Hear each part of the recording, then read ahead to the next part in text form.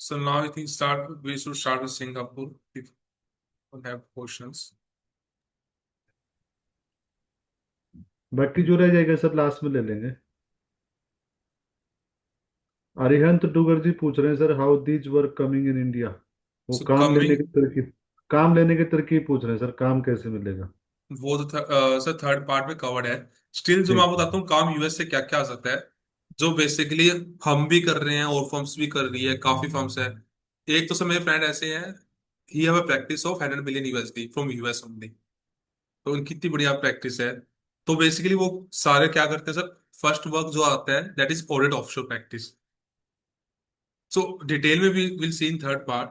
तो उसमें क्या है, basically you can do the outsourcing function of audit function. Audit okay. They will do, बस you will do the compile the things. मतलब आप उसका एक कोई फंक्शन है जैसे कैश एंड कैश पे लेना, वो फंक्शन आप कर रहे हो। मतलब जैसे आप बिग फोर में किसी ने ऑडिट की हो, उसमें जो जो फंक्शन जो आर्टिकल्स करते हैं वो फंक्शन वो इंडियन पर्सन से करवाते हैं। तो ओके। सबसे बड़ा वर्क तो जो यूएस से आ रहा है, यूके से आ रहा है, इवन जर्मनी से, यूएई से, वहां से जो आ रहा है वो ये आ रहा है। सेकंड इज बुक ऑफशोर, जो अकाउंटिंग है वो भी ऑफशोर हो रही है इंडिया में, क्योंकि वहां पे मिनिमम जो रेट है, जो वहां पे एम्प्लॉइज है वो अराउंड टेक लेते हैं, मतलब 10,000 यूएसडी मिनिमम लेते हैं पर मंथ के हिसाब से। और इंडिया में वो काम अराउंड 30% कॉस्ट पे जाता है। So hmm. CPA is not required for such work. You should have knowledge of IFRS for accounting and basically audit offshore practice. Okay. Last में सर 5 मिनट तो आप जैसे क्वेश्चन आंसर यस। हो जाएंगे। उसके बाद आप ये बताना, जैसे जैसे आपका जैसे आप 5 साल से ज्यादा मतलब कि एक्सपीरियंस हो गया आपका इसमें। तो आपने कैसे मतलब सीए क्वालिफाई के बाद आपको कैसे ये फील्ड जो है ना इंटरेस्ट आया, श्योर तो सर। वो हमें हमें सारे आंसर शायद उसमें मिल जाएंगे कि भाई आपका जैसे इस तरफ से जो लिंक बना ना, वो फिर हम भी फिर उसी लिंक के थ्रू पहुंचेंगे फिर। श्योर। ठीक है। Okay sir. So now coming on the Singapore part. So Singapore is the one of the most attractive jurisdiction for business. So because Singapore adopt different tax philosophy, they focus on simplicity, competitiveness, investment attraction. But Singapore want कि investor जितना आएगा हमारी उतनी growth है। तो Singapore है वो investor hub है, economical growth. So another question is how counting in US. So US में यूके गैप्स, यूएस से गैप होते हैं that is in align with IFRS. तो कुछ अलग उसमें वो नहीं है, आई रूल्स नहीं है। सो नाउ सिंगापुर में क्या है, बेसिकली सिंगापुर हब बन चुका है किसका, रीजनल हेडक्वार्टर्स का, इन्वेस्टमेंट फंडिंग्स का, टेक्नोलॉजीज कंपनी सारी वहां जा रही है। इवन फैमिली ऑफिसेज है, मतलब अब बड़े बड़े जो फैमिली ऑफिस है वो भी सिंगापुर जा रहे हैं। इंडिया में मैंने काफी फैमिली ऑफिस देखे हैं जो सिंगापुर में जाके उन्होंने सेटल हुए हैं। मतलब last year I was in GIFT city. तो गिफ्ट सिटी में कंसेप्ट है, आप मतलब आप फैमिली ऑफिस बना सकते हो। गिफ्ट सिटी में क्या उन्होंने दे रखी है कि मिनिमम 70 CR का फंड चाहिए, तभी आप वहां पे गिफ्ट सिटी में फंड वो बना सकते हो फैमिली ऑफिस। उस फैमिली ऑफिस से आप मतलब बेसिकली कहीं पे भी आप इन्वेस्ट कर सकते हो आउट ऑफ इंडिया। आप ट्रेडिंग कर सकते हो, सब कुछ कर सकते हो, that is allowed from gift city. लेकिन उसमें इतनी सारी उन्होंने रिस्ट्रिक्शंस और लगा दी गिफ्ट सिटी में। मतलब they are trying, GIFT City basically वो क्या ट्राई कर रहे हैं to compete with the Singapore and Dubai. But उन्होंने इतनी सारी रिस्ट्रिक्शंस लगा दी, no one wants to go in GIFT City. So many multinational companies, मतलब आप देखो काफी सारी मल्टीनेशनल कंपनी है वो सिंगापुर यूज कर रहे हैं।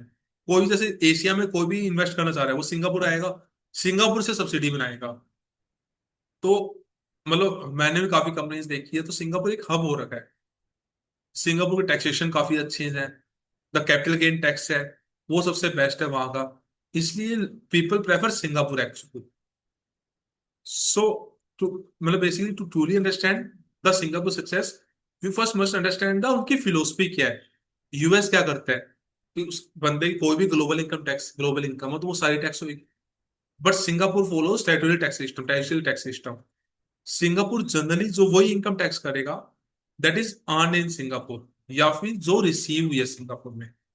सो Singapore earn in Singapore, receive in Singapore. So basically US है वो वर्ल्ड वाइड इनकम टैक्स करता है। फॉर एग्जाम्पल सिंगापुर में कोई कंपनी है, कोई से इनकम अर्न की है सिंगापुर में, वो इनकम टैक्सेबल होगी। या कुछ इनकम जो रिसीव हुई है मेरी सिंगापुर में, वो मेरी टैक्सेबल होगी। लेकिन जो बेस्ट एडवांटेज है सिंगापुर में, वाइल इन्वेस्टर क्यों जाते हैं सिंगापुर में? It's because of no capital gain tax. In Dubai corporate tax 9% है। पर्सनल इनकम टैक्स अगर मेरा कैपिटल गेन भी है तो 0 है। But the thing is, UAE है, वो डिक्टेटरशिप है। आज मतलब उनके जो रूलर है वो प्रेफर कर रहे हैं 0% टैक्स। बट कल को कोई नया रूलर आएगा, उनके कुछ भी माइंड में कुछ भी आ सकता है, वो एकदम से रूल्स लगा सकते हैं। बट जो सिंगापुर है वो एक रेगुलेटेड कंट्री है। तो सिंगापुर में क्या एक कंसेप्ट है, मतलब मैंने लास्ट ईयर देखा था एक क्लाइंट के, बेसिकली उन्होंने सिंगापुर की टैक्स रिटर्न फाइल की। उनकी जो क्लाइंट की टैक्स रिटर्न फाइल करी, उसमें टैक्स आ रहा था अराउंड 100,000 SGD का। तो सिंगापुर गवर्नमेंट क्या करती है, at the end of the year उनको देखती है कि हमारे पास रिजर्व्स अच्छा बच गया, हमारे पास प्रॉफिट अच्छा आ गया, टैक्स कलेक्शन अच्छा आ गया, तो वो टैक्स रिफंड कर देती है सिंगापुर बाकी सभी कंपनीज को। जितना टैक्स पे किया उसके प्रोपोर्शनेट में। तो उसका सिंगापुर वैसे टैक्स रेट 18% है, तो सिंगापुर ने 6%, सिंगापुर गवर्नमेंट ने टैक्स रिफंड कर दिया सभी कंपनीज को। मतलब no one in the world, कोई भी कंट्री ऐसी वर्ल्ड में नहीं है जो ऐसे टैक्स आया हुआ वापस करते हैं। ये ओनली सिंगापुर में पॉसिबल है। No inheritance tax. तो इनहेरिटेंस टैक्स सिंगापुर में 0 है। You might be heard last year UK ने इनहेरिटेंस टैक्स लगा दिया था, अराउंड 40%, कुछ समथिंग 42% आई थिंक टैक्स है यूके में। अब कोई बंदा मोर देन 10 ईयर्स अगर यूके में रह रहा है और उसकी एक लिमिट है, उसकी थ्रेशोल्ड से ज्यादा उसके पास प्रॉपर्टी है, तो यूके में 42% टैक्स देना पड़ेगा इनहेरिटेंस। इसलिए यूके में क्या हो रहा है अभी, they are planning to shift in Singapore. Not planning, basically they have already shifted to Singapore. वो सिंगापुर में ना कोई इनहेरिटेंस टैक्स है, अच्छी कंट्री है, मोर देन 7% उसमें इंडियंस भी है basically, like that. Low corporate tax है एज कंपेरिजन टू यूएस, जहाँ पे 21% प्लस में स्टेट टैक्स है। इंडिया में 25 है। यूके में भी काफी टैक्स है, मोर देन 30% यूके में टैक्स भी है। उसके कंपैरिजन में सिंगापुर में ओनली 17% टैक्स है।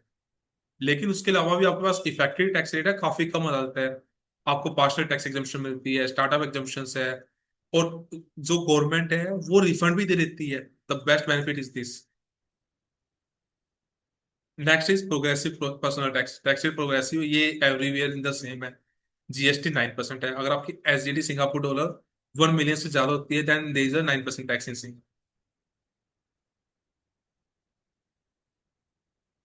सो basically, yeah, coming upon next part. So the corporate tax in Singapore is 17%. So at first glance you may see that might be basically ये same है। अगर मतलब इंडिया में तो 25 है, तो कौन मतलब बिजनेस क्यों अपना बिजनेस पूरा वहां शिफ्ट होकर खुद शिफ्ट होएगा? तो ऐसा नहीं है, it not like that. It's not only we can say 17%। There is various type of exemption, like startup exemption, partial tax exemption, enterprise development grant and other various grant. तो सबसे best जो grant है that is SUT, startup tax exemption. This is the one of the most tax attractive incentive. कैसे? For example, अगर आपने 15,000 SGD और 1.5 lakh SGD की taxable income है, तो रेदर देन पेइंग आपका 17% टैक्स, आपका जो इफेक्टिव टैक्स रेट आएगा 5% आएगा। कैसे? 75% आपकी इनकम है, वो फर्स्ट 1 लाख वो आपकी एग्जाम आती है। फॉर एग्जाम्पल, अगर आपने 1,50,000 है, 1 लाख पे सब फर्स्ट 1 लाख पे 75,000 एग्जाम हो जाएंगे, तो 25,000 टैक्स हो जाएगी। उसके बाद में जो उसको जो आपका टैक्स रेट है, तो बाकी पे आपको 17% लगेगा। इफेक्टिव टैक्स रेट आपको नो फ्रॉम 17 से काफी कम आ जाएगा। लेकिन इसकी कुछ कंडीशंस है। मतलब आई डोंट थिंक सो कि कोई मीट नहीं कर पाता बेसिकली। कोई भी कंपनी जो इनकॉर्पोरेट हुई है सिंगापुर में, वो एग्जाम्पशन क्लेम कर सकती है। वो सिंगापुर की टैक्स रेजिडेंट होनी चाहिए। अगर मैंने कोई कंपनी इनकॉर्पोरेट की है सिंगापुर में, सिंगापुर के लॉज के अकॉर्डिंग वो कंपनी है, वो वहाँ की टैक्स रेजिडेंट है। अनलेस एंड अनटिल कोई पोयम का इशू ना हो, उसमें 20 से ज्यादा शेयर होल्डर नहीं होने चाहिए। So number of share holder restriction लगा दी। और इसमें ये रिस्ट्रिक्शन लगा दी कि एटलीस्ट एक शेयर होल्डर के पास में, मतलब या तो ये होगी सारे सारे इसमें इंडिविजुअल शेयर होल्डर है, या फिर उसमें से एक share holder, individual share holder ऐसा है जिसके पास at least 10% of the issued share capital है। उस केस में क्या होगा, मैं स्टार्टअप एग्जाम्पशन में जा सकता हूँ। पहले 3 साल मेरी जो 1 लाख जो मेरी इनकम होगी, जो मेरा 1 लाख का प्रॉफिट है, उसका 75% एग्जाम्प्ट हो जाएगा, जो 25% अमाउंट है। और मतलब not only 75% of first 1 lakh, 1 lakh next 1 lakh पे 50% एग्जाम्प्ट है। मतलब मान लो मेरी 1.5 लाख इनकम है, पहले 1 लाख का 75% एग्जाम्प्ट हो गया, तो 25,000 टैक्सेबल हो गया। नेक्स्ट 50,000 पे मेरा 50% एग्जाम्प्ट हो गया, तो 25,000। तो मेरा टोटल 50,000 पे 17% टैक्स लगेगा। बट इसमें मेरी जो कंडीशन है, कंपनी में सिंगापुर बेस्ड आउट होनी चाहिए, 20 से ज्यादा शेयर होल्डर नहीं होने चाहिए, टैक्स रीजन में सिंगापुर की होनी चाहिए। इसमें या तो सारे सारे जो शेयर होल्डर है वो इंडिविजुअल हुए, या इसमें से एक इंडिविजुअल शेयर होल्डर होना चाहिए जिसकी 10% से ज्यादा शेयर होल्डिंग हो। इसमें कोई इशू नहीं है, लेकिन कोई इन्वेस्टमेंट अगर कंपनी है वो इसमें एलिजिबल नहीं होती। I think you got this concept, that's why people say that it's not 17% actually. Next is partial tax exemption. इसमें ऐसा है कि कोई भी, मतलब मेरे अगर मैं मतलब मेरे 3 साल कंप्लीट हो गए, ये फर्स्ट 3 इयर्स के लिए अवेलेबल है। After 3 year I can claim partial tax exemption. मेरी फर्स्ट 10,000 पे 75% टैक्स एग्जाम्प्ट है, और नेक्स्ट 1,90,000 पे 50%। मान लो मेरी 2 लाख में इनकम है, तो पहले 10,000 पे तो 75% एग्जाम्प्ट होगी, तो 2,500 मेरी टैक्सेबल है। आगे वाले 1,90,000 पे 50% एग्जाम्प्ट है, तो 50 90 95, हाँ 95 तो मेरी वहां पे एग्जाम्प्ट होगी, टैक्सेबल होगी। तो 95 प्लस में 2,500, 97,500 मेरी टैक्सेबल होगी। सो इसमें भी मेरा जो टैक्स रेट है 17% से काफी कम आ जाएगा। This is called partial tax exemption. तो इसमें क्या है, मतलब इस अनलाइक जो हमने पहले देखा था स्टार्टअप एग्जाम्पशन, वो खाली क्वालिफाइड जो, मतलब ये है कि 10% एलिजिबल होना चाहिए, उस पे एप्लीकेबल है। ये कोई भी एप्लीकेबल, कोई भी कर सकता है क्लेम, बट ये सिंगापुर की कंपनी होनी चाहिए, तो ये आप एवरी ईयर क्लेम कर सकते हो। बट ऐसा नहीं है कि आप ये दोनों साथ में क्लेम कर सको। Either you can claim this, पहले आप फर्स्ट 3 ईयर इसका benefit low, after 3 year you can claim the benefit of this.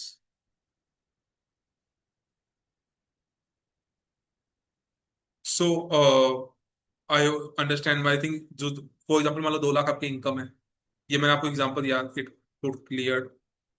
So what are the, इन दोनों में बेसिक डिफरेंस क्या है, कि ये खाली नई कंपनीज पे एप्लीकेबल होता है, ये आप कोई भी कंपनी हो, पुरानी कंपनी है, एवरी कंपनी ये कर सकती है। ये पहले 3 साल है, या बाद में भी कर सकते हो। ये सेलिब्रेट का दोनों डिफरेंस होगा। तो ये बेसिक इन दोनों में डिफरेंस है। Next one is enterprise development grant. ये किस पे, ये काइंड ऑफ सब्सिडीज होती है। मान लो कोई मैंने, जैसे इंडिया में सब्सिडीज होती है, आपने कोई प्लांट मशीनरी ली, उससे आपको जैसे सब्सिडी मिल जाती है 25% 30%। सिमिलरली वहां पे होता है एडीजी, एंटरप्राइज डेवलपमेंट ग्रांट। आपको जो मार्केट एक्सपेंशन आप कर रहे हो उस पर सब्सिडी ले सकते हो। आपने प्रोडक्टिविटी बढ़ाई है आपकी, उसकी ले सकते हो। तो ये कोई टैक्स स्कीम नहीं है, बट ये आपकी बिजनेस कॉस्ट रिड्यूस करती है। मतलब बेसिकली आप ये क्लेम कर सकते हो, साथ में आप ये ले सकते हो, कैश ग्रांट क्लेम कर सकते हो। ये बेसिकली किसको मिलती है, मान लो आपने कोई डेवलपमेंट बिजनेस स्ट्रेटेजी डेवलप करी, आपने कोई फाइनेंशियल मैनेजमेंट इंप्रूवमेंट करी, ह्यूमन कैपिटल डेवलपमेंट करी, प्रोसेस आपने कोई इंप्रूव किया है, या आपने कोई इनोवेशंस की है, कोई प्रोजेक्ट ऑटोमेटिक प्रोजेक्ट लगाया आपने, या डिजिटल ट्रांसफॉर्मेशन, ईआरपी इंप्लीमेंटेशन, कुछ भी इस टाइप का कुछ भी हो, तो अभी उसमें केस में भी क्लेम कर सकते हो आप। इवन ये डेवलपमेंट है, इवन आप अगर आप ग्रो करते हो, एक्सपेंड करते हो, फॉर एग्जाम्पल आप यूएस सिंगापुर में हो, now you are expanding into India, आप न्यू मार्केट एंटर कर रहे हो, इंटरनेशनल बिजनेस डेवलप कर रहे हो, वहां से फंड्स लेके, मतलब फॉरेन करेंसी आप, करेंसी रिजर्व बढ़ाओगे आप, सिंगापुर कंट्री का एक्सपोर्ट बढ़ा रहे हो आप, इन ब्रांडिंग कर रहे हो सिंगापुर की, तो ये सब मतलब उसमें भी आप क्लेम कर सकते हो। इसमें कुछ कई जगह स्टेट में 10% भी देते हैं, कई बार कुछ चीज में 15% भी देते हैं, ये डिपेंड करता है स्टेट गवर्नमेंट। ये उसकी अलग ही, सिंगापुर गवर्नमेंट ने अलग एक वर्टिकल बना रखा है, अलग डिपार्टमेंट है। उनकी वेबसाइट पे जाके you can check, but what are the things that you can claim. But उसमें कुछ कंडीशंस भी है। मतलब बेसिकली सिंगापुर कंपनी होनी चाहिए, इसमें more than 30% local share holding होनी चाहिए। ऐसा नहीं है कि मैं यूएस की, मैंने इंडिया की 100% सब्सिडी मैंने सिंगापुर में ओपन कर ली, but then I am claiming this, it is not allowed. 30% basically local share holding होना चाहिए। और थर्ड इज, मतलब there will be viability of the project, then only you can do that.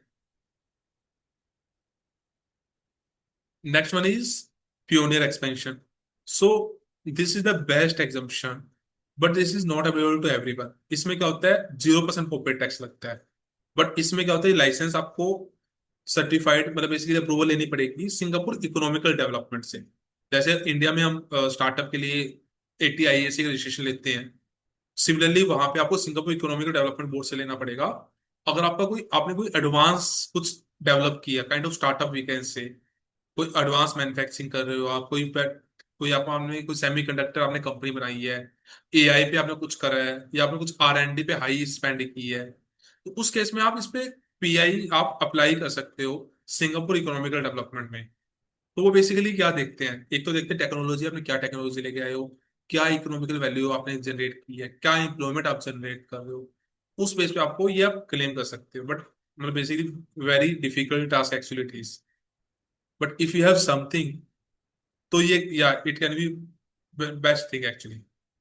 जैसे Dubai में है, बोलो अगर आपने डेजिग्नेटेड फ्री जोन में कंपनी कोऑपरेट की हुई है, तो आप 0% टैक्स रेट है वहां पे। इवन आपने मिलियंस ट्रिलियंस हो, अगर आपका प्रॉफिट भी है, तो भी आपका 0% टैक्स है डेजिग्नेटेड फ्री जोन में। बट वहां की लोकल कंडीशंस है कि आपको सब्सटेंस क्रिएट करना पड़ेगा, आपको प्रूव करना पड़ेगा कि आपने बिजनेस की है। तो सिमिलरली मेरा यहाँ वहां पे कंसेप्ट है।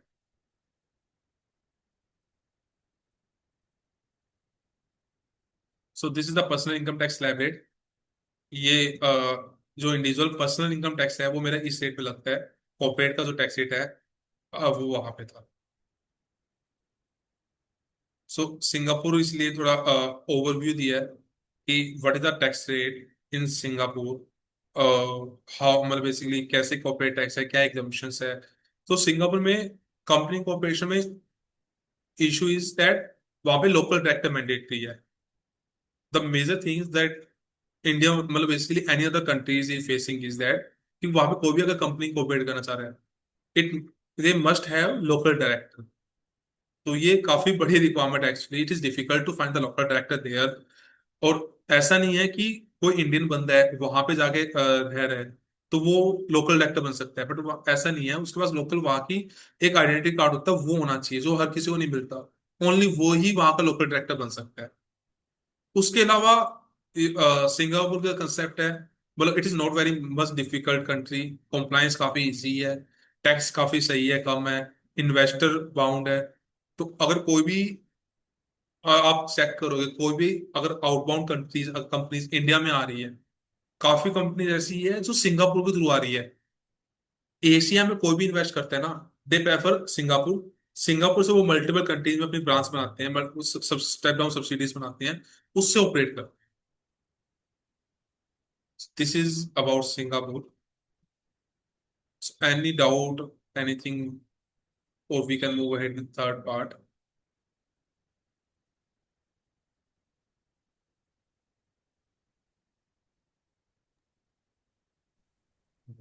Raise hand. जी अमन जी। रवि जी एक बात बताइए। जनरली लाइक यू सेड कि सिंगापुर कॉरपोरेशन जो है as a flow through corporation use होती हैं, हम्म। मीनिंग देयर बाय कि जैसे अगर किसी को यूके से इंडिया में या कहीं और एशिया में ट्रांजैक्शन करनी है that is rooted through Singapore. तो हम्म। काफी सारी कंट्रीज ऐसी हैं जहाँ पे कि if the physical goods are not touching the country hmm. their income is exempted. Like if I am, let's say, exporting something from UK to India, and hmm. UK has got, UK is billing through Singapore. Since the goods are directly shipped to India but billed through, Singapore, will that income be taxed in Singapore or will it be exempted? अगर the thing is, अगर Singapore में या तो accrued हो रही है या Uh, income receive हो रही है सिंगापुर में, सो इसके okay. इनकम है सिंगापुर में आएगी। अगर मैंने सिंगापुर कंपनी से गुड्स इंडिया भेजे हैं तो इंडियन कंपनी पेमेंट जो करेगी वो सिंगापुर कंपनी को करेगी, तो रिसीव्ड इन सिंगापुर होगा। So receipt basis पे है। या राइट। सो जो आप कंसेप्ट कह रहे हो ना, so hmm. That is only in the case of designated free zone of Dubai, UAE basically. Okay. उसके अलावा ये कहीं कंसेप्ट नहीं है एग्जाम्प्ट वाला केस। GST एग्जाम्प्ट हो सकता है, HST मतलब सेल टैक्स एग्जाम्प्ट हो सकता है। सेल बट टैक्स तो जो लगेगा ही नहीं क्योंकि टेरिटरी में जा नहीं रहा, सेल टैक्स तो लगेगा ही नहीं। हाँ, ओनली वो एग्जाम्प्ट हो सकता है, लेकिन इनकम टैक्स एग्जाम्प्ट है only in the case of UAE है। जहां पे अगर आप मतलब जहां पे आप ऑफशोर मतलब जो बेसिकली ये ट्रेडिंग कर रहे हैं, IC सेल्स बेसिकली कर रहे हैं, तो उस correct, पर कितना भी ICC. प्रॉफिट है वो एग्जाम्प्ट हो सकता है, लेकिन उसके लिए भी आपका सब्सटेंस होना चाहिए यूएई में। और काफी सारी कंपनीज हैं, दे आर मतलब basically sending one employ there Dubai में, यूएई में। बेसिकली वो वहां पे ऑफिस में बैठ रहे हैं, वो हाई सी सेल्स कर रहे हैं, मतलब कंप्लीट हाई सी सेल हो रही है, कुछ भी नहीं हो रहा, ऑफिस इज ओनली सिटिंग, मतलब employee is only sitting in the office just to create the substance there. क्योंकि अगर आपका Correct. सब्सटेंस नहीं है तो आप वहां पे 0% टैक्स नहीं ले सकते, इसलिए बैठा है। और वो 0% टैक्स का बेनिफिट ले रहे हैं यूएई। और वो तो इससे फिर क्या होता है, पोएम इंडिया में में कोई भी फंस इशू नहीं जाएगा ना आएगा। अगर. नहीं फंसेगा ना। अगर हाँ, मेरा एम्प्लॉय वहां बैठा है, वही मैं वही स्ट्रेटेजिक कह रहा हूँ. डिसीजन ले रहा है। अगर वहां बैठा है, otherwise it will got stuck in the poem. या वो पोइम ओके. में स्टक हो तो जाएगा और वहां पे मतलब 0% टैक्स एग्जम्पशन भी नहीं मिलेगी, उस दोनों में कोई भी बेनिफिट। उस केस में if any Indian company wants to flow set up a flow through company in Singapore, आज में तो इंडिया के अंदर 22% टैक्स रेट है, वहाँ 17% है. तो 5% के लिए it is too too much of complication. Why do in the no one present context Indians, is मतलब is Indians are basically not using Singapore company as flow entity. Some मतलब basically some business, मतलब काफी business क्या करते हैं, Singapore company को operate कर रहे हैं, क्योंकि सिंगापुर से काफी जो रिस्ट्रिक्टेड कंट्रीज है उसका एक्सेस मिल जाता है। इंडिया में मतलब काफी सारी from रिस्ट्रिक्शन है India. काफी। If I have to open a subsidiary, let's say, or the parent company in any country where I get a taxation benefit, so there's no point of opening in Singapore because the tax rate is not much different than India these days. Huh? It's then only they will five prefer percent Dubai. Yeah, 9%। correct. Okay, thank you.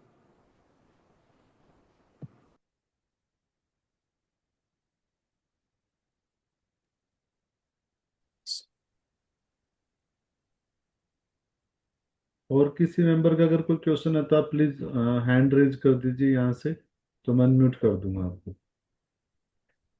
Nitish Jain, ये नीतीश जैन, नीतीश जी आप कर लो unmute उधर से। Hello. जी जी, आवाज आ रही है अभी? आ रही है सर, आ रही है। रवि जी नमस्कार कहते हैं। क्या कह रहे हो सर? हेलो।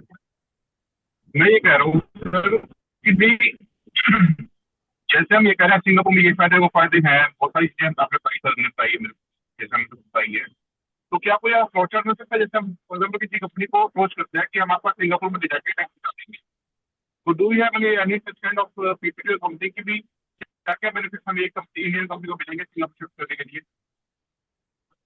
सर देखो बेसिकली थिंग इज, अगर इन टैक्सेशन पर्सपेक्टिव में अगर आपको जाना है पर टैक्स बचाना है, तो यूएई इज द बेस्ट। मतलब आप क्योंकि यूएई में जो टैक्स रेट है 9% है। अगर किसी को इन्वेस्टमेंट रेज करनी है इन फ्यूचर, कि मतलब basically he have something to raise the investment और समथिंग, तो सिंगापुर बेस्ट है, क्योंकि जो भी इन्वेस्टर है वो सिंगापुर प्रेफर करते हैं, क्योंकि सिंगापुर में कैपिटल गेन टैक्स नहीं है, डिविडेंड नहीं है। और जो भी मेजर इन्वेस्टमेंट हाउस है ना, they are sitting in Singapore only. Okay okay. And sir secondly, क्योंकि ना क्या होता है, क्लाइंट कभी भी कहता नहीं मुझे ये चीज करनी है, we have to come up with plan कि सर हम आपके लिए ये चीज बेटर कर सकते हैं, ताकि हम क्लाइंट का टैक्सेशन या कुछ प्लानिंग वगैरह हम उसके बेनिफिट के लिए कर सकें। सर इसमें एक कंसेप्ट होता है, दैट इज एक होता है इसमें ट्रांसफर प्राइसिंग, आप यू माइट जो ग्लोबल ट्रांसफर प्राइसिंग बेसिकली, जैसे अपने इंडिया में ट्रांसफर प्राइसिंग मैंडेटरी है ना, सिमिलरली आप देखोगे ना, यूएस में बेंचमार्किंग मस्ट है, सिंगापुर में ट्रांसफर प्राइसिंग मैंडेटरी है, यूएई में मैंडेटरी है। तो इसमें क्या होता है, एक ग्लोबल बेंचमार्किंग रिपोर्ट बनती है, दैट इज प्लानिंग रिपोर्ट, कि as per the UAE tax laws, as per the Singapore tax laws, वहां पे अगर आप सेल या परचेज कर रहे हो तो कितना प्रॉफिट आपको मेंटेन करना चाहिए, कितना इंडिया में मेंटेन होगा, तो उसकी ग्लोबल ट्रांसफर प्राइसिंग रिपोर्ट होके वो एक कंप्लीट प्लानिंग बनती है कि आप यहाँ पे कितना टैक्स रख सकते हो ताकि यहाँ पे complied as per Indian laws. Singapore में आप कितना रख सकते हो प्रॉफिट ताकि सिंगापुर लॉज के हिसाब से कंप्लाइड हो, ताकि जो मिरर इमेज है, मान लो सिंगापुर में प्रॉफिट 100 है, मतलब सिंगापुर के हिसाब से 100 रुपए में चीज सेल करनी चाहिए, इंडिया के अकॉर्डिंग भी 100 ही आना चाहिए, मिरर इमेज सेम होनी चाहिए, अदरवाइज वो इशू आता है। तो इस चीज में ऐसे आप प्लान कर सकते हो, क्लाइंट को ऐसे एडवाइस कर सकते हो, मतलब kind of global transfer planning benchmarking करवा के, जिससे क्या होगा, आप बता सकते हो कि प्रॉफिट आपका ये इतना सिंगापुर आएगा, उस पर इतना टैक्स लगेगा, इंडिया में आपको इतना प्रॉफिट आएगा, इतना टैक्स लगेगा। Okay, thank you.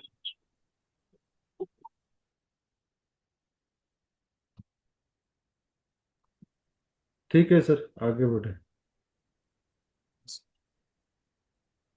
Next is professional opportunities. What are the opportunities available there? What are the path in the US and Singapore? वहाँ की क्या डिमांड है, क्या अर्न कर सकते हैं, हम कैसे पिच करें, कैसे क्या सर्विसेज हम दे सकते हैं, क्या लाइसेंसिंग हम वहाँ पे ले सकते हैं लोकल, क्या क्लाइंट एक्विजिशन स्केलिंग कैसे कर सकते हैं। तो बेसिकली क्या क्या अपॉर्चुनिटीज है as a book keeper. This is the major opportunities that people are working in India. आपने सुना होगा अहमदाबाद हब बन चुका है for this. Ahmedabad Rajkot book keeper का हब है। तो आई लास्ट मतलब basically last month I was in UK. मतलब there was a seminar called account tax जिसमें मोर देन 60,000 70,000 सीपीएस आते हैं अक्रॉस द ग्लोब। उसमें मेजर जो काफी सारे थे दैट आर इंडियंस ओनली। और वो भी कहाँ से थे, गुजरात अहमदाबाद से थे। तो गुजरात अहमदाबाद इतना बड़ा हब बन चुका है यूके बुक कीपर्स का। टैक्स प्रिपेयर्स जैसे टैक्स रिटर्न्स होती है वो बैकएंड में प्रिपेयर कर सकते हैं। कनाडा है, कनाडा काफी, कनाडा जैसे सीजन में काफी जो टैक्स रिटर्न्स है वहाँ की आउटसोर्स करते हैं इंडिया में। बट द थिंग इज वहां पे आपको टैक्स की नॉलेज होनी चाहिए अगर आपका टैक्स का काम उठा रहे हो।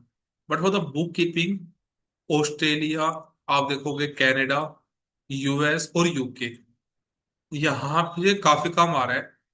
लेकिन आज के टाइम में जो अभी अनटच्ड मार्केट है दैट इज यूरोप। यूरोप एक ऐसी मार्केट है जहां पे मतलब वहां के जो लोकल बंदे हैं that they are charging around 200 euros 100 euros per hour to work. They work only 6 hour work, 6 hour a day, 5 days a week, 5 month in year, 6 month 5 month इतना ही काम करते हैं। उनको पैसे से मतलब नहीं है, दे वॉन्ट कंफर्ट। अभी ये जो यूरोप वाली मार्केट है दैट इज अनटच्ड है बाय बेसिकली इंडियंस। काफी मतलब बेसिकली बैकएंड का काम कौन कर रहा है, either Indians, Pakistanis, Bangladesh. Basically ये 3 कंट्रीज ऐसी है और नेपाल, 4 कंट्री। नेपाल में भी काफी बैकएंड का काम है, ये 4 कर रही है। As of now they are working for these countries only, but the Europe is the market as of now is very is untouched. वहां पे जो आर्ली रेट है वो मिनिमम 30-40 पाउंड इजिली मिल सकते हैं आज भी, क्योंकि वहां पे अभी अनटच्ड मार्केट है। You can be the tax advisor, auditor, but auditor is not possible if you do not have an license, offshore accounting, financial advisory. So these are the basically things. So auditor, you cannot do the audit, but as a back-end team, you can work there. For example, there are many firms in Delhi, Gurgaon as well. वो क्या करते हैं जैसे they have sell the per sell the seats on per seat basis on monthly basis. सो वो क्या करते हैं, वो चार्ज करते हैं 1.5 लाख पे 2 लाख पे पर सीट के हिसाब से, पर मंथ के हिसाब से। They can easily hire the CS at 50,000 60,000। अगर टायर 2 सिटी में है, अगर दिल्ली वगैरह में तो 1 लाख में भी जाते हैं। और वो सीट सेल कर रहे हैं 2 लाख में, 8 hours a day, 5 days a week, इतना काम करना है और वो कर रहे हैं। ऑप्श क्या कर रहे हैं बेसिकली, सॉफ्टवेयर क्लाइंट के होते हैं, मतलब ऑडिट सॉफ्टवेयर वो जो सीपीए है जिससे काम उठाते हैं वो देते हैं। उसके अलावा जो डाटा ट्रांसफर होता है वो भी उनके से डाटा ट्रांसफर होता है। स्टार्टिंग में वो ट्रेनिंग भी देते हैं। थिंग इज वहां पे कैसे पिच करें, we should have someone in there जो अपना लोकल बंदा हो that he can pitch on our behalf there. Either काम either is we can get the work from Indians that are settled there, या तो उनसे काम आएगा। अगर अपने को लोकल वहां के सिटीजन से वहां के पर्सन से काम चाहिए, we have to create the trust in them. वो कैसे होगा, आइदर फिजिकली विजिट, मतलब basically when I join the my firm as a partner, तो जो मेरे पार्टनर थे he regular use to visit the US और सिंगापुर, काफी विजिट करते हैं। तो उनसे जाके एक बार गए एक बंदा मिला, दूसरी बार गए 2 बंदे मिलेंगे, तो वैसे काम इंक्रीज होता है। I regular visit to UK, Dubai, तो वहां पे रेगुलर जाते हैं। एक ना एक मतलब किसी ने मतलब कोई ट्रस्ट क्रिएट होता है, दे विल से मतलब basically we should be 1 call away from them like that, और distance will be not be barrier actually. So we have to travel there to create the market. If we think that we are, if we are sitting here by sitting in office, it is not possible to मतलब to create the trust there actually. So it's a 70 billion plus market. Every year it's growing by the 12%. So how much cost they are saving is around 60%. अगर मान लो 20 से 30% की cost save हो रही होगी ना, वहां के लोकल पर्सन शिफ्ट नहीं करेंगे, सिंस जो मार्जिन है that is around 60%। That's why they are shifting from there to India. You might heard a concept of GCC, global capability centre. मतलब ऐसा नहीं है, this is not a small thing, कि ऐसा नहीं है कि मैं बैक एंड पे बुक कीपिंग कर रहा हूँ. It's not a GCC. This is a very big concept. For example कोई बड़ी कंपनी है, वो अपने इंडिया में सेटअप करना चाह रहे हैं बैक एंड. उनको प्रॉपर्टी लेके देना, लैंड लेके देना, बिल्डिंग एक्वायर करके देना, उसके बाद में उनका सारा इंटीरियर डिजाइन करना, ये सारा जीसीसी का पार्ट है. उसके बाद उनका सारा इंफ्रास्ट्रक्चर डिजाइन करना, उनके लिए टॉप नोट्स की हायरिंग करना, जैसे जो उनके डायरेक्टर्स है या मैनेजमेंट मैनेजर्स की हायरिंग करना, बाकी इंप्लॉयज की हायरिंग करना, आईटी इंफ्रास्ट्रक्चर सेटअप करना, उसमें पॉलिसी डेवलप करना, ये सारा जीसीसी का पार्ट है. जो फाइनेंशियल पार्ट है, book keeping, that's only the 5%. तो ये जीसीसी बहुत बड़ा कंसेप्ट है. तो ये दैट्स वाई ये मार्केट काफी ग्रो हो रही है इंडिया में. Earlier it was in tier 1 city, but now GCC है टायर 2 टायर 3 सिटीज में डेवलप हो रहा है. क्योंकि cost talent is here in tier 2 cities, infrastructure infra is here, cost is less. That's why all are moving here. So we have to build a country specific expertise. For example, if you are going to work in US, UAE, Singapore, or any other country, it is not possible. If you want to do the offshore practice, you should develop expertise in one country. For example, for US specific, you should develop US based software. For Europe, if you want to develop, you have to learn the things related to Europe actually. So you have to to whom you should target. You should target the B2B customers only. B2C is not possible. We cannot target their local customers theirs because they will definitely prefer local person. मतलब अगर कोई US का बंदा अपने India के clients को आगे target करेगा तो वो थोड़ा उनके पास जाएगा. हाँ, इंडियन के सीएस को, मतलब वैसे वहां पे हमें यूएस के सीएस को टारगेट करना है, यूरोप के सीएस को टारगेट करना है. So it should be B2B things only. So platforms, referrals, so we have to develop that system also. So it's starting with no necessary कि आप स्टार्ट करो कि आपको टीम हायर करनी. You can start even with 1 employ. आप एक starting में एक एम्प्लॉय रखो, 2 एम्प्लॉय रखो, you can start with that only. जो आर्ली रेट है, that book keeper minimum charging as of now $15 से $25 पर आवर. मंथली रिटेन के ये चार्जेस है. टैक्स प्रीपेयर और रिटर्न्स पे अगर प्रिपेयर हो रहे हैं यूएस में, यूएस में, कनाडा में, यूके में, ये चार्जेस है.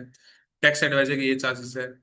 Offshore CFO services, CFO service are very less actually, लेकिन जो बुक कीपर्स है, ऑडिट प्रैक्टिस है, ये काफी पिच होती है.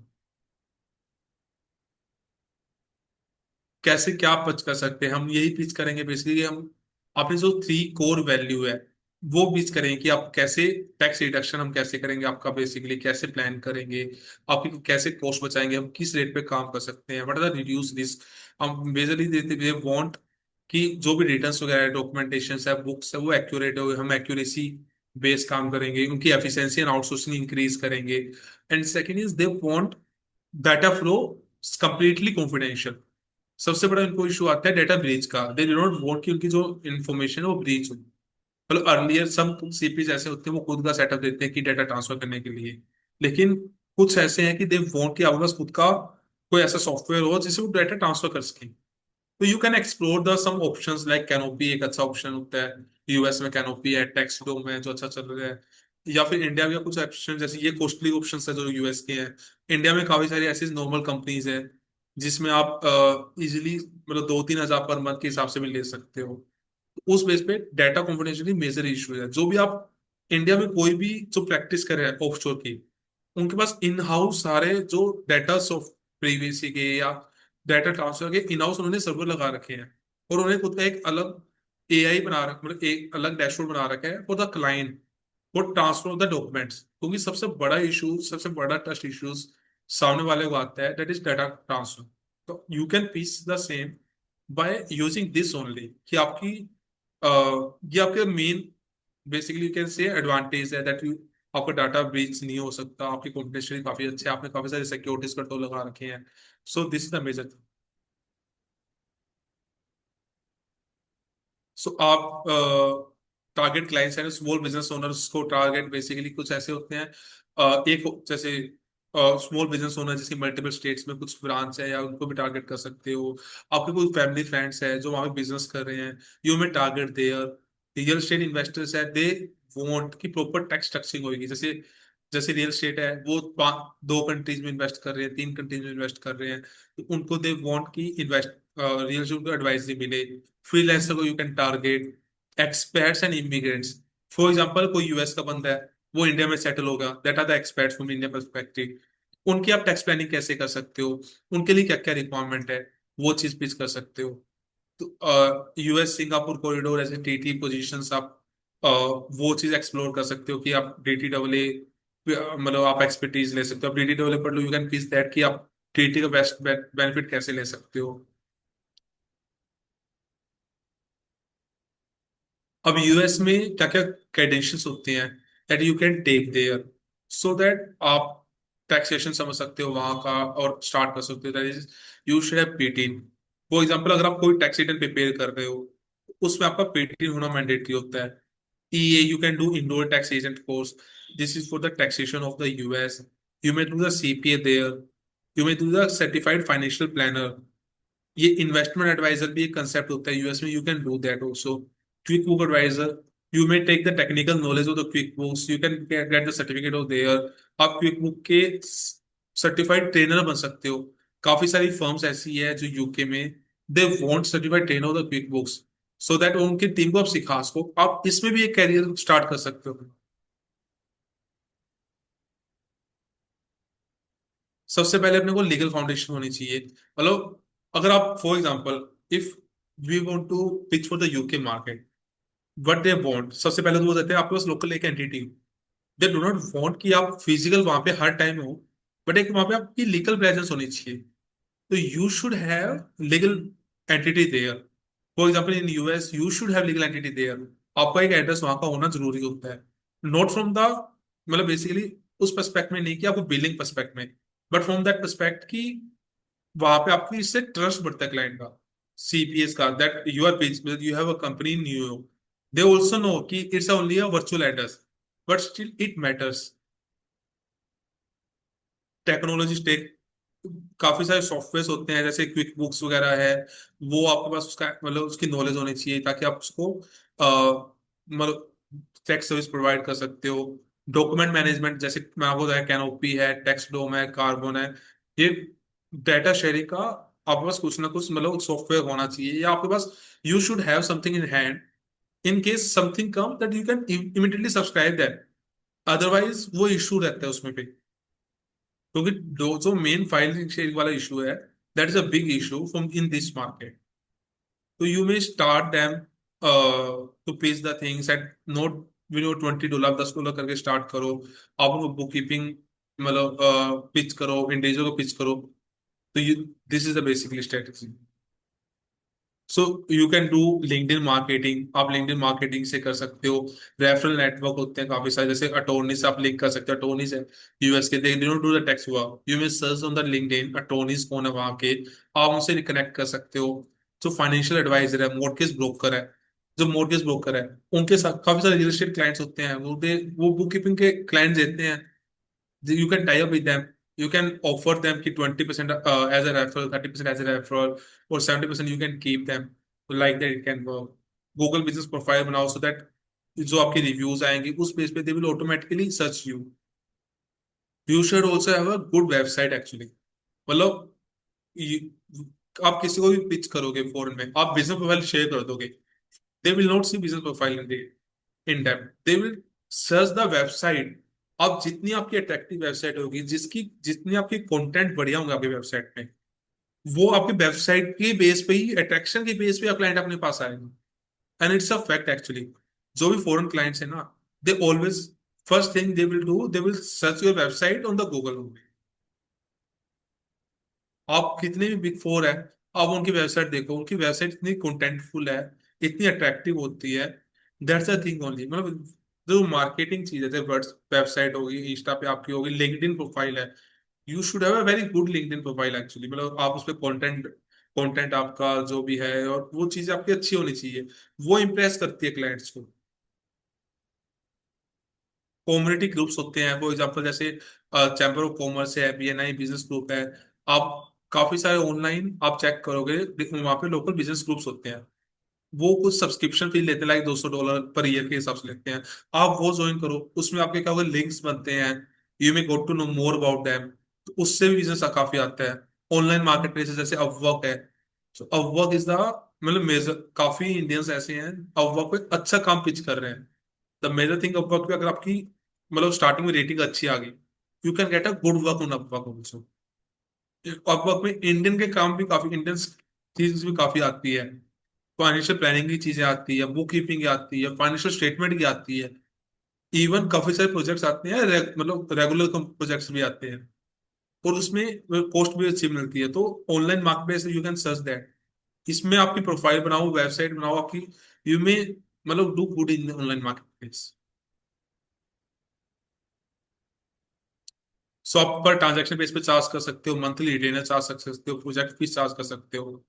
बट द थिंग इज, जो मेजोरिटी होता है जो ऑफशोर प्रैक्टिस है, that is monthly retainer only.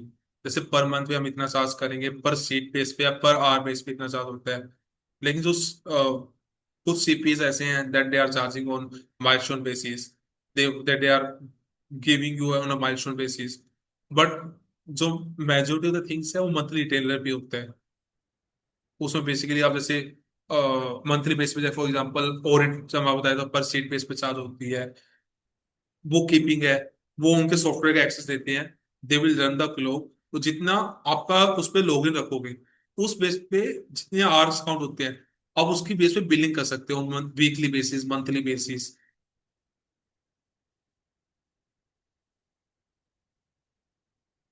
So basically, these are sole practitioners, place practice, growing firm, boutique firm. So basically, the thing is that you should start with 18. Will first try to land even 1 to 2 client. Then you will automatically get on the work using their referrals. Early you have to give the referrals to whomever you receive the work basically. So you should try to find out, for example, real estate brokers that I am saying, उनके पास काफी है, insurance companies, वहां के जो financial brokers होते हैं उससे काम अच्छा हो सकता है। So you can peace like that. जो काफी सारी रेगुलेटरीज, अगर आप यूएस में प्रैक्टिस करें तो सर्कल 230 होता है। जैसे हमें इंडिया में प्रोफेशनल एथिक्स होती है, यूएस में सर्कल 230 होती है, जिससे अपने कंप्लायंस करना होता है। AICPA कोड ऑफ एथिक्स होती है, स्टेट के रूल्स होते हैं, BOI रिपोर्टिंग होती है। बस जब हम प्रैक्टिस करते हैं हमें इस चीज का ध्यान रखना चाहिए। They majorly talks about the confidentiality होनी चाहिए। आप क्लाइंट्स के साथ फॉर्जरी नहीं कर सकते, आप झूठे रिकॉर्ड्स नहीं बना सकते। ये सारे ये रेगुलेटरी कॉम्प्लायंस होते हैं बेसिकली। इन केस अगर हमने वहां का लोकल लाइसेंस ले रखा हो, वहां के प्रैक्टिस कर रहे हो, तो बेसिकली टैक्स सॉफ्टवेयर कौन से होते हैं, यूएस में ड्रैग होता है। This is for the tax returns. Pro connect tax होता है, ये भी टैक्स रिटर्न्स के लिए होता है। प्रो सीरीज ये बेसिकली टैक्स रिटर्न्स के लिए होता है। बुक कीपिंग के लिए QuickBooks, Xero, FreshBooks. मतलब basically you should have idea of these three software actually for book keeping things. For data flow, these are the best software that are running in US. You may say to the CPA to whom you are paying that we are using Taxdome Canopy. It will increase your reputation against in their eyes. So basically, we have seen the US taxation systems, Singapore taxation system, the cross-border transactions, how we can start the practice there. मतलब these are the basic things that we can target the things. So मतलब ऐसा नहीं है कि मतलब you should do the email marketing। मतलब ऐसा आप रैंडम ईमेल्स भी आप डालो, फिश ईमेल्स डालो, कॉल्स करो, व्हाट्सएप मैसेज डालो, उनसे भी काम आता है। बेसिकली वी विल नॉट, मतलब I also got our client, मतलब बेसिकली हम काफी क्लाइंट्स हमें पास्ट में, हमने जब स्टार्ट किया हमें मिले थे तो ईमेल मार्केटिंग। मतलब we simply find the email IDs on the Google. जो आप बुक कीपिंग आप कर रहे हो या ऑर्डर ऑप्शन हम जो पिच कर रहे हैं, उसमें ईमेल्स करो what we are doing, also attach your firm profile. But before that your website should be good enough to pitch them. तो हमने काफी ईमेल मार्केटिंग की, फिश ईमेल्स करो आप, उसके बाद कॉल्स करो बेसिकली, मतलब basically normal call, WhatsApp message डालो आप। तो इन चीज से काफी क्लाइंट्स आते हैं। ऐसा नहीं है आप 100 को करोगे, 150 को करोगे ना, you will definitely receive one client actually. So anything, anyone have a doubt in anything, US, Singapore, or any other things? Yeah. so we can discuss that.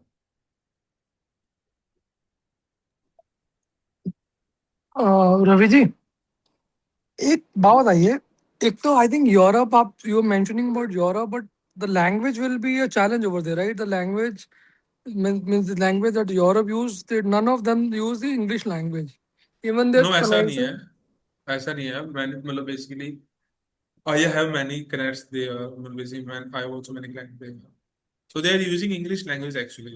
It's not an issue. Some are using other language, मतलब basically their local language, but majority of them knows how English also.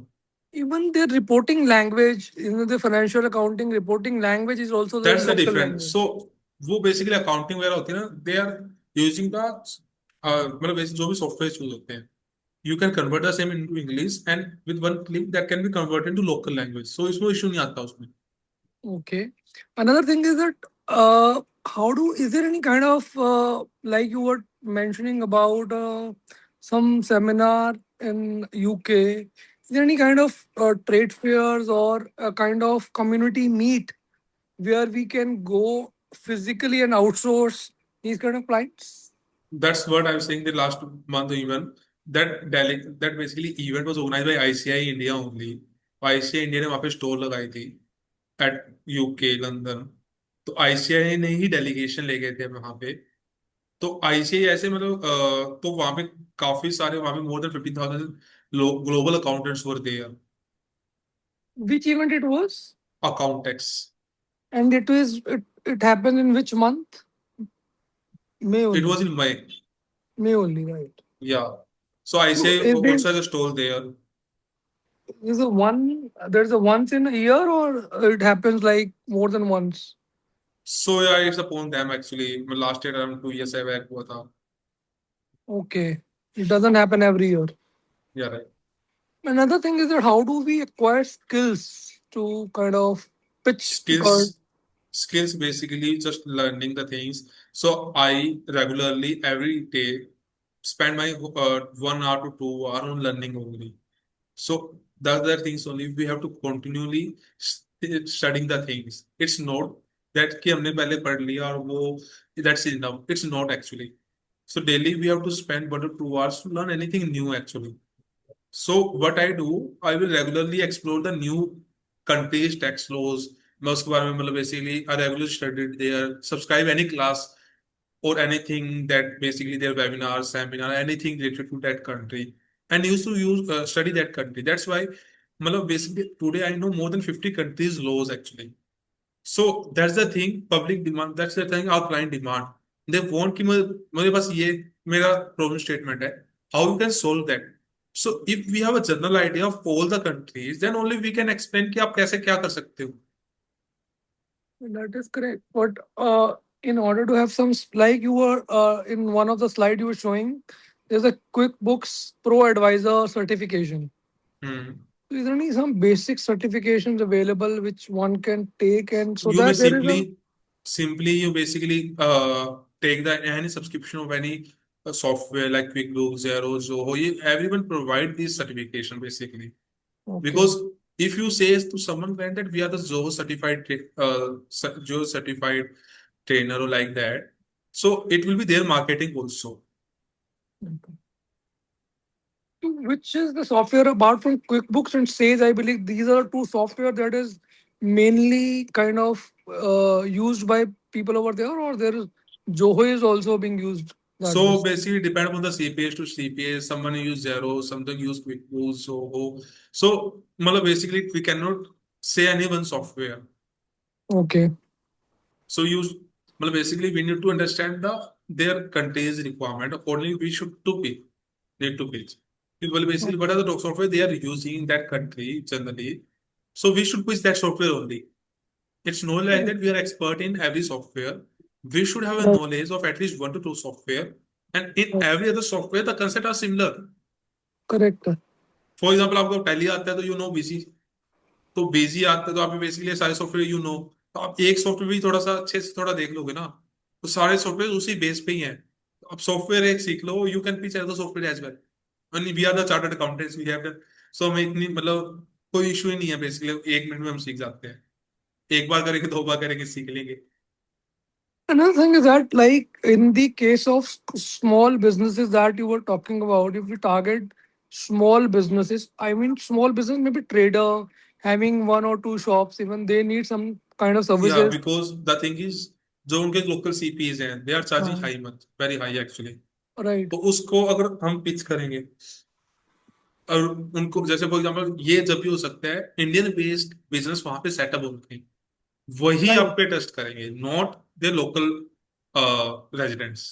That is correct. I understand that. Means if we actually approach the community there, maybe like associations in India, let's say if a small business association in India, kind of similar kind of association must be existing there as well, right? So obviously there will be. if we approach the associations, probably that will be the easier route to get through those small businesses. But I think to enter that association is not easy task. मतलब Okay. Basically, या you can target as individual basic, but association में entry करना, well, they will be require something that you have any existence there, you are doing same type of business, then only it is possible. Okay. Thank you.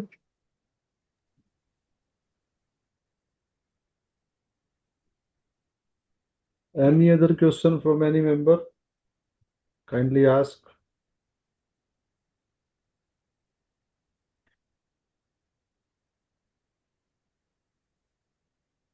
Somehow Ravi, PPT share कर दूंगा after the seminar, हाँ Ravi sir ये भी सब। PPT मुझे डाल देना। और thanks a lot for sincere delivering the lecture. और रियली एंजॉयड द लॉट। क्योंकि क्या होता है ना, एक स्पार्किंग लाइट चाहिए होती है सर इन चीज़ों के लिए, जब आपको कोई चीज़ शुरुआत करनी है। तो you have made the that thing. और thanks for your valuable insight, the comments are coming. तो thank you sir, thank you very much. और रवि जी का नंबर मैं शेयर कर दूंगा सर, आपका number if you permit, then I will yeah sir you share. May, yeah thank you sir. और फिर से आपको याद करेंगे सर, और जो बाकी मेंबर यहाँ कनेक्ट है सर, 13 जून को हमारा नेक्स्ट है sir UAE corporate, UAE taxation पे और अकाउंटिंग अपॉर्चुनिटी पे, वो भी वेबिनार मोड में रहेगा। सीए रजत मोहन जी जो है वो डिलीवर करेंगे लेक्चर उसमें। तो आप सभी कनेक्ट रहिए और सीखते रहिए, काम जोड़ते रहिए। Thank you. Thank you Ravi sir. Thank you sir, thank you. Thank you so much sir. अभी can you cover some other country also in next webinar और seminar? Yes Aman ji, next जो मैंने अभी रिपीट किया, 13 जो कमिंग 13 है, नेक्स्ट सैटरडे, उसमें हम यूएई कॉरपोरेट टैक्स और वैट पे जो है लेक्चर है बाय सीए रजत मोहन जी। तो stay connected. Thank you very much. Thank you to the all the participant. 93 participant है सर डीएलएच के थ्रू, और 28 है यहाँ पर जूम के थ्रू। तो ऑलमोस्ट 110 के आसपास हैं। तो sincere thanks to each and every one participant who have join the webinar. And Ravi sir, thanks a lot.